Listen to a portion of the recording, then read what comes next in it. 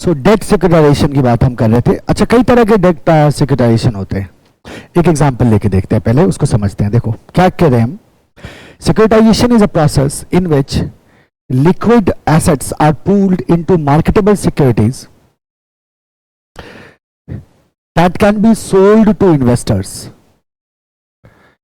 Now, take an example of asset-backed securities. ठीक है? Now, this is a kind of debt securitization. बहुत सारे आपको एग्जाम्पल्स मिलेंगे। This is a kind of debt securitization. ये कैसे काम करता है जरा देखो। Now assume करो there is a student, right? There is a student and this student wants some education loan. इसको कोई स्टडी करनी है तो उसको लोन की आवश्यकता है। Now there is a bank.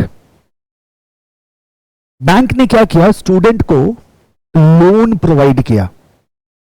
जब बैंक ने स्टूडेंट को लोन प्रोवाइड किया, so that amount will be reflected as an asset in the banks book.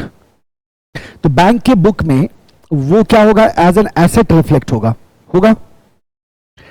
अब बैंक क्या करता है, ये जो एसेट्स हैं इन एसेट्स को क्लब करता है, इन एसेट्स को पूल करता है, और इन एसेट्स को पूल करने के बाद it sell it to some trust. अब ये ट्रस्ट जो है ये इस काम को कर रहे होते हैं। Basically they will be buying these assets. उस एसेट्स को क्या करेंगे, बाई करेंगे। Now let's see this. Trust ने क्या किया, इस एसेट को बाई किया। अब किस इंटेंशन से बाई किया, ये इस इंटेंशन से बाई करता है कि they are going to issue bond, backed by securities. So this asset is basically, this pooling of asset is done by the bank and is sold to the trust. Trust ने क्या किया, इन assets को by किया और asset backed securities, आप कह सकते हैं इसको बॉन्ड, आप कह सकते हैं उसको, इस बॉन्ड को इसने मार्केट में इशू किया ना। अब क्या होगा, इस बॉन्ड में इन्वेस्टर्स अपना इन्वेस्ट करेंगे। So investors will be making investment in this bond. तो ट्रस्ट ने क्या किया, बॉन्ड इशू कर दिया and the student finally will be making payment to the trust. तभी तो आप कह रहे हैं ना कि this is asset backed.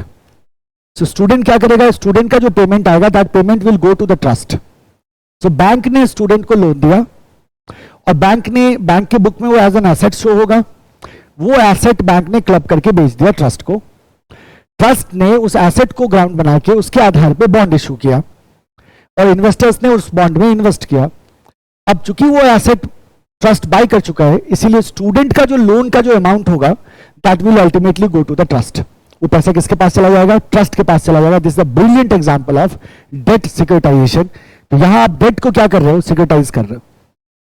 So securitization is a process in which liquid assets are pooled into marketable securities that can be sold to investors. तो asset क्या हो रहा है यहाँ, मार्केटेबल सिक्योरिटीज में पूल हो रहा है और आप इन्वेस्टर्स को अल्टीमेटली उसे क्या कर पा रहे हैं, सेल कर पा रहे हो। The process leads to creation of financial instrument that represent ownership interest in or are secured by a segregated income producing asset or pool of asset. So even in this example, this asset is an income producing asset, certainly income producing asset or pool of assets. These assets are generally secured by personal or real property such as automobile, real estate or equipment loans, but in some cases are unsecured. So in our example this is unsecured, student loan जो है वो unsecured है। But अगर मान लो आप car खरीदते हो, right, आपने कार खरीदा तो कार जब तक आपका लोन क्लियर नहीं होता तब तक उस कार पे बैंक का भी अधिकार होता है। तो जैसे ही उसने कार लोन आपको दिया तो that loan can be clubbed and that pool of asset can be sold to some trust, some organization, and that organization can issue bond, और जो आपका जो पेमेंट जाएगा that will ultimately go to that trust और the organization. This is called as debt securitization. Right, clear है, ध्यान में रखिएगा और एग्जाम्पल को ध्यान में रखिएगा। Next, lease financing. अब लीज फाइनेंसिंग की बात करें तो leasing is a general contract between the owner and the user of the asset over a specified period of time. So lessor और लेसी के बीच में एक जनरल कॉन्ट्रैक्ट होता है। तो जो ओनर ऑफ एसेट है that is called as lessor, क्योंकि इसने क्या किया है, लीज पे दिया है। ये क्या कहलाएगा, लेसर कहलाएगा। और जो यूजर ऑफ द एसेट है that will be said as the lessee. So lessor और लेसी के बीच में एक जनरल कॉन्ट्रैक्ट होता है जिसको आप क्या कहते हो, lease financing. So what will happen in the case of lease financing? So let's say there is a lessor and there is a lessee, right?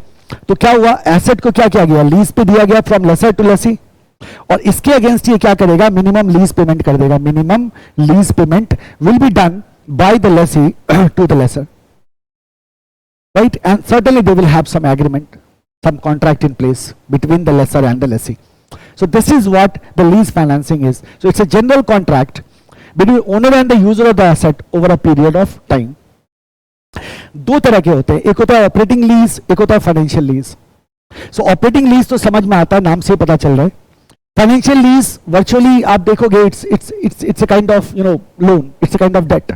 अभी आप देखोगे इसको. तो दो तरह के लीज कॉन्ट्रैक्ट्स होते हैं हमारे पास. One is called as operating lease, one is called as financial lease.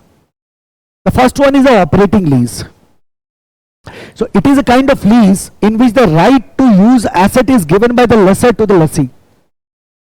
तो लेसर ने क्या किया, एसेट को यूज करने के राइट्स किसको दे दिए, लेसी को. लेसी को.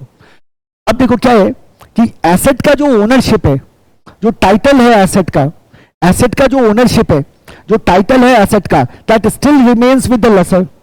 लेसर ही इस एसेट का ओनर है. ये एसेट लीज पे सर्टेन पीरियड ऑफ टाइम के लिए दिया गया है लेसी को, जहां लेसी को उसे इस्तेमाल करने के अधिकार हैं, राइट्स टू यूज.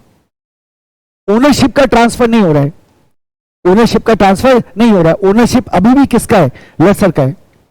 यानी कि अगर इस एसेट में किसी तरह के मेंटेनेंस की जरूरत होगी, वियर टियर होगा, राइट, रिपेयर की आवश्यकता होगी, तो ये जो मेंटेनेंस एंड रिपेयर का जो कॉस्ट आता है, ये कॉस्ट कौन बेयर करेगा, ये कॉस्ट लेसर ही बेयर करेगा, लेसी बेयर नहीं करेगा.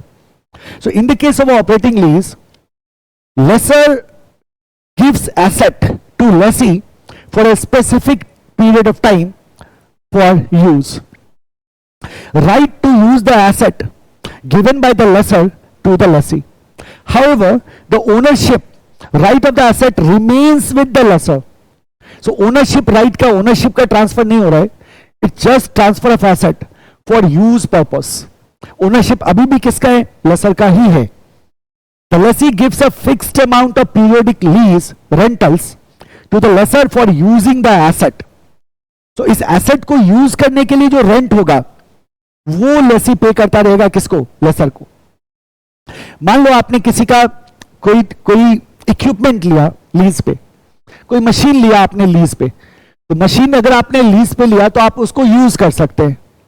उस मशीन में जो भी मेंटेनेंस आएगा वो मेंटेनेंस लेसर को ही करना होगा, और लेसर ही ओनर होगा उस मशीन का. आपको सिर्फ उसको यूज करने के राइट्स दिए गए, और उस यूज के बदले you will be paying some rent to the laser.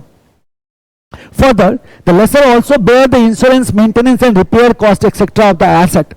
In operating lease, lease period is short. तो short period के लिए ये लीज किया जाता है. और बड़ी सिंपल सी बात है कि भाई इसमें क्या है कि लेसर ये सोच रहा है कि मैं इसको मल्टीपल लोगों को लीज पे दूंगा, and that is why they are not charging you upfront for entire cost of the machine or the equipment or the asset they are providing. So lessor may not be able to recover the cost of the asset during the initial lease period and tend to lease the asset to more than one lessee. So ये पता है lessor को कि they won't be able to recover the entire amount, the entire cost of the asset in initial from the one lessee or the in initial period, and they are intended to give it on lease to multiple other lessee as well. Normally these are callable lease and cancelable with proper notice. Callable है, जब चाहे laser क्या कर सकता है, call कर सकता है, कैंसिल कर सकता है इस तरह की लीज को. This is called as operating lease. क्या बोलोगे, ऑपरेटिंग लीज का सिंपल सा आइडिया ये है कि एक लेसर है, एक लेसी है. लेसर वो है जो लीज दे रहा होता है, लेसी वो है जिसको उस एसेट की आवश्यकता है. लेसर ने लेसी को एसेट लीज पे दिया against some rental. Ownership of asset lessor का ही है, और जो भी मेंटेनेंस एंड रिपेयर का कॉस्ट आएगा वो लेसर को ही बेयर करना होगा. लेसी के राइट्स ये हैं कि वो उसको यूज कर सकता है और रेंट पे करता रहेगा. कॉलेबल है ये, किसी भी वक्त लेसर इसको क्या कर सकता है, कॉल कर सकता है, कॉल बैक कर सकता है, कैंसिल कर सकता है लीज को. That is possible. तो this is your financial lease, sorry this is your operating lease. Now let's go to the financial lease, the second category. Financial lease is long term in nature and non-cancelable. So operating lease is cancelable, but financial lease is non-cancelable. That is, the lessee cannot terminate the lease agreement subsequently. So the period of lease is generally the full economic life of the leased asset. तो पूरे full economic life of lease asset के लिए, full economic life of asset के लिए lease किया जाता है, जहां लेसी के पास ये राइट्स नहीं होते कि वो उसको क्या कर सके, कैंसिल कर सके. The lessee has the right to use the equipment while the lessor retain legal title. Further, in such lease, the lessee has to bear the insurance, maintenance and other related costs. अब इसका burden transfer हो रहा है. So there is lessor, there is lessee. अब हम कह रहे हैं कि जो एसेट है, इस एसेट का ownership will lie with the lessor. Ownership तो ट्रांसफर होगा नहीं, चाहे वो ऑपरेटिंग लीज हो या फाइनेंशियल लीज हो, क्योंकि अगर ओनरशिप ट्रांसफर हो गया तो लीज का तो फंडामेंटली कॉन्ट्राडिक्ट हो जाएगा. So the lessor retains the legal title. Legal title अभी भी किसका है? लेसर का है. बट अब चूंकि ये एसेट का फुल इकोनॉमिक लाइफ के लिए इसका लीज हो रहा है, फुल इकोनॉमिक लाइफ के लिए इसका लीज हो रहा है, इसका मतलब लेसर क्या सोचेगा कि इसी लेसी से मुझे रिकवर करना है पूरा कॉस्ट. तो इन दैट सिचुएशन जो एसेट का जो मेंटेनेंस कॉस्ट होगा या किसी तरह का रिपेयर कॉस्ट अगर एसेट का होगा, that maintenance cost and repair cost ये कौन बेयर करेगा? ये लेसी बेयर करेगा इन the case of financial lease. So operating lease is cancellable by the lessee, but financial lease is not cancelable. In operating lease, the maintenance and repair cost is the headache of or the responsibility of the lessor. But in the case of financial lease, the maintenance and repair cost or the insurance cost is the liability of lessee. In operating leverage, it is done for short time period, but in financial leverage, it is for long time period. It is also called capital lease, which is nothing but a loan in disguise. It is nothing but a loan in disguise. तो ये आपके दो तरह के lease हो गए.